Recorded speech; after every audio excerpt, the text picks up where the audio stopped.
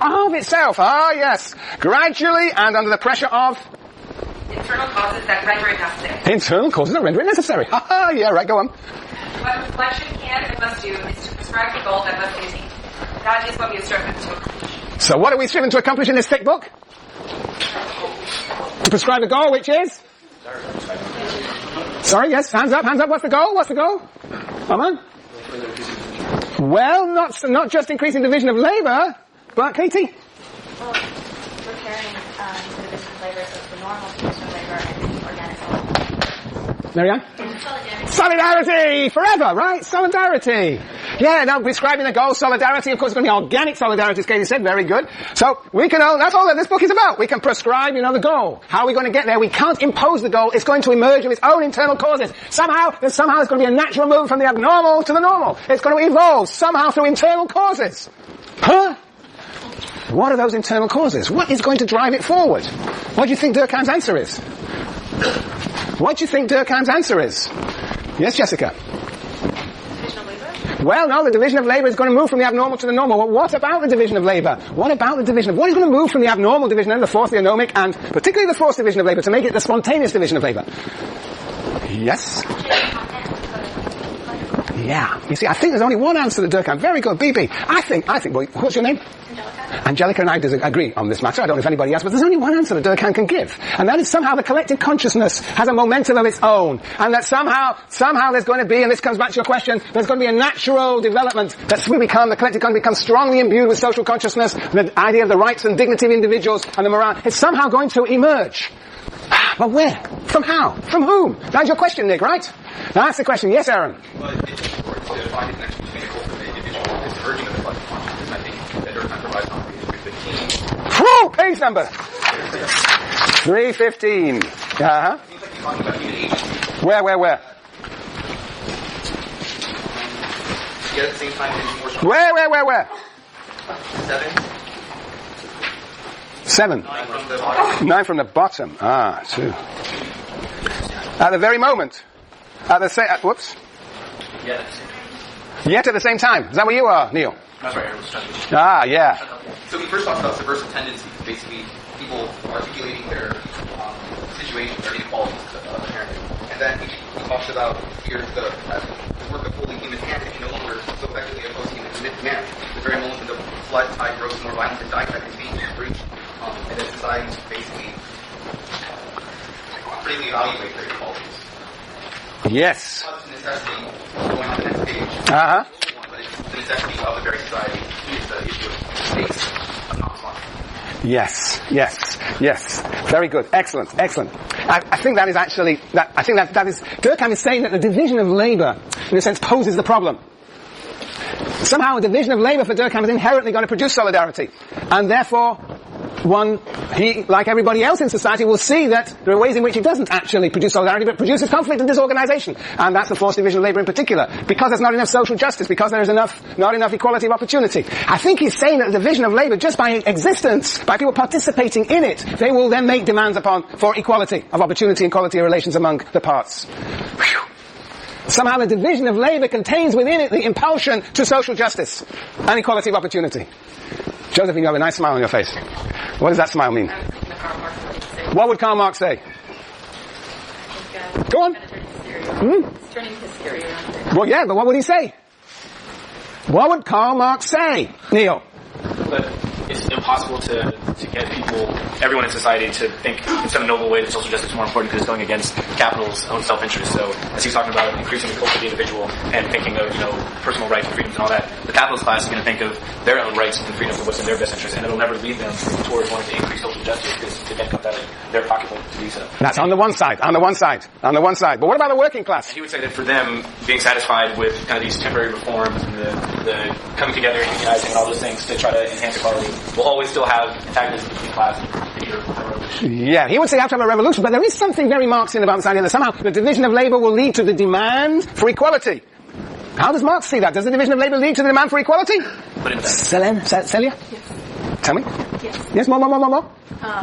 How does the division of labour lead to the demand for equality in Marx? So eventually, it'll lead to class struggle and eventual revolution by Yes, so there's an idea, yes, so the division of labor, remember those pages in Communist Manifesto that I had you to read about 20 times? That, the division of labor will actually organize its workers so that they do make demands that seem to be similar to Durkheim's, for greater equality, for a socialist future. Yet, as Neil says, of course, the capitalist class will resist it, and it will only come about through class struggle. Whereas this guy thinks it's going to happen evolutionary, that this consciousness is going to develop, and there will be an evolutionary change from the abnormal to the normal. Yeah. Interesting. Yeah, Marx would say this guy's got his head in the clouds. It's almost as if, this collective consciousness is almost back to Hegel. The collective consciousness, indeed impelled by the division of labor, will then lead from the abnormal to the normal. Yes, Marianne? I think that was a question about particularly evidence, when you're kind of talking about elimination of inherited wealth. It's like, the whole reason that people make money is to give their children opportunities. That's like a huge reason why people want to make money. Like, people just aren't going to be like, yeah, it's good for everybody to have people opportunities. They know, I want my kids to have these same opportunities. And I think that Marx said that that's never going to happen. Yeah. What would you say? Do you think that there is a movement in societies towards this idea of social justice? Well, of course, you lived in a period, you people, you of this generation, have lived in a period where there's been increasing what? Increasing polarization, increasing wealth. But if you go back to Norway, you should all visit Norway. Yes. If you go to Norway, then, you might argue, go to Sweden, you might argue that in those societies, there actually is perhaps some redistribution. It's interesting. But even there, in Sweden, they tried to introduce what was very famously called a Meidner plan, which would slowly but surely expropriate the wealth from the capitalists and redistribute it to the working class. That created a big struggle. And who won? The capitalist class won. They were not going to lose their wealth, their ownership of the means of production. But anyway, one could argue, if one looks empirically, it's an interesting empirical project, if anybody wants an interesting honest thesis, to see in different countries to what extent there has been constraints upon the inheritance of wealth through, for example, taxation. It might be interesting for you to just look at that in different countries. In some countries, actually, there has been an erosion of the control of wealth by the dominant class. Not so much in this one. Yes, Jane?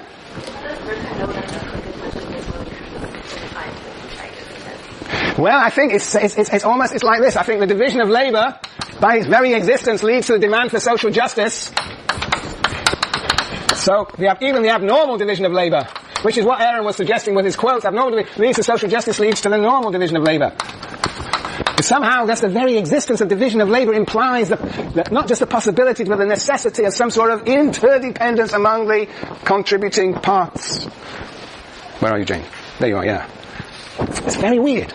It's very un-Marxian, perhaps, because Marx, of course, thinks this is, your trouble is you read too much Marx last semester. I don't know who taught you last semester, but that person gave you too much Marx. You think this is all hokey-pokey utopia. Well, yeah. But it is very different from Marx. Marx has a real theory of how you go from capitalism to communism. He may be wrong, but he had a real theory. And he was nearly right. Yeah. But here we just see expansionist consciousness. Not clear what's going on here. Yes, Nick.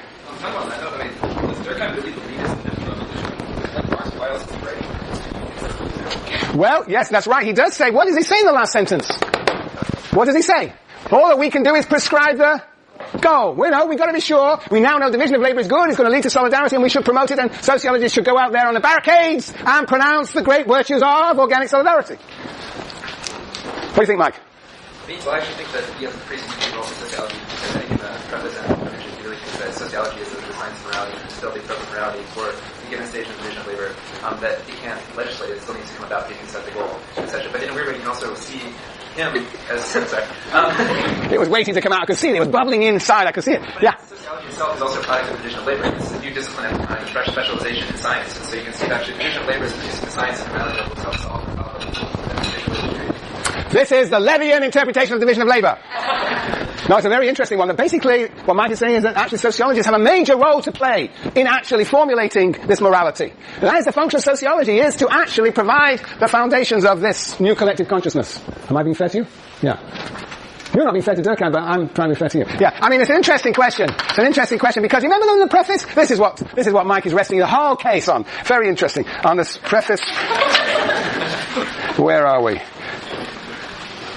We're on page XXV, that's 26, preface to the first edition. There, let me quote Levian. Yet, because what we propose to study is above all reality, it does not follow that we should give up the idea of improving it. We would esteem our research not worth the labor of a single hour if its interests were merely speculative. You know, there is the idea that the sociologist has to be engaged in it. And I think what Durkheim is doing is saying, here's the medic, here's the doctor of society, he has diagnosed the problem. The problem is what? The abnormal division of labor. We've got to get rid of it. That's a disease. Got to get rid of it. How do you get rid of it? Well, he's suggesting we have to carve out a new morality. And sociologists, he doesn't put it so forcefully as Mike does, but I think that's one answer to the puzzle as to where the social justice is going to come from, cult of individual morality. Sociologists are going to be the practitioners, the agents of this new morality. Yeah. Anders, you don't like this, do you? I like it. You do? Yeah? Good. Okay.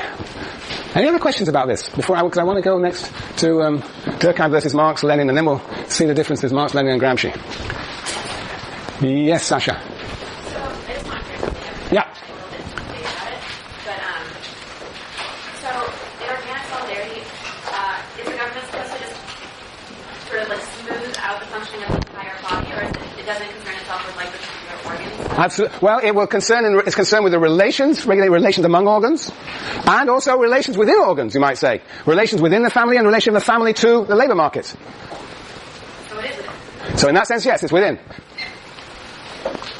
I think that's my view, and it would be relationships within the factory, the enterprise, relations between labor and capital, but also making sure that, there is sort of equal competition among enterprises. So introducing antitrust laws that regulates competition. So regulation of relations among enterprises and relations within enterprises.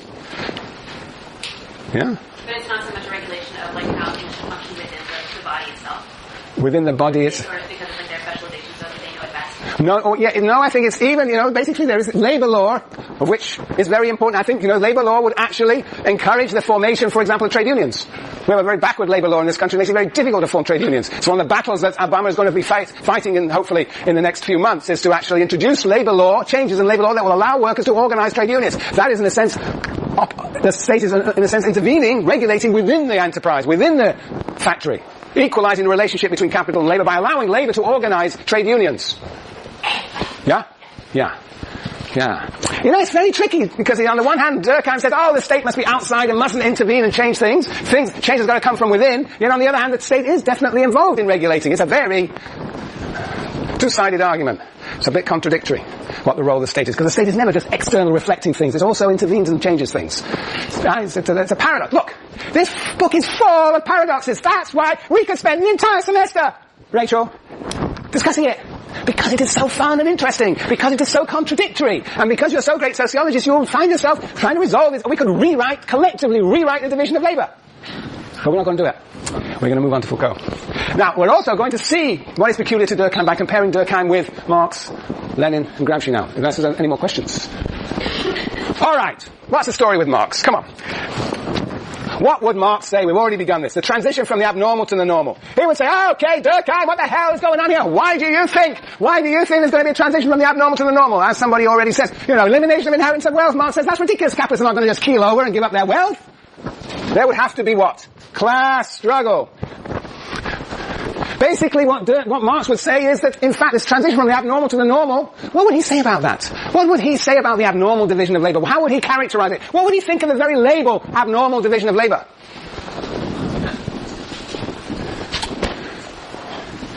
Is that Courtney? Very good. He would not agree with the label because this would normally happen. What is abnormal to Durkheim, very good, is normal to Marx. These crises are supposed to go away. They are endemic, inherent to capitalism. Class struggle, inherent to capitalism. The forced division of labor is inherent to capitalism. Capitalism will not function without the forced division of labor. Yeah. That's right. On the one side, and on the other side, insofar as there is increased equality of opportunity, what would Marx say? What would Marx say about increases in equality of opportunity, that people have better chances of moving up in the... Yes. Grace, sorry, yes.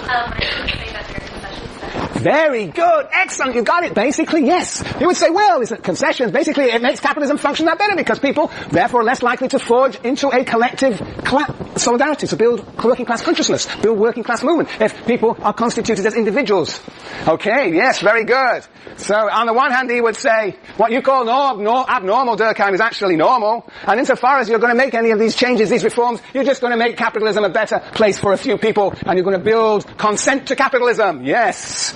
Yes, yes, yes, yes. And what about the division of labour itself? What about the division of labour itself?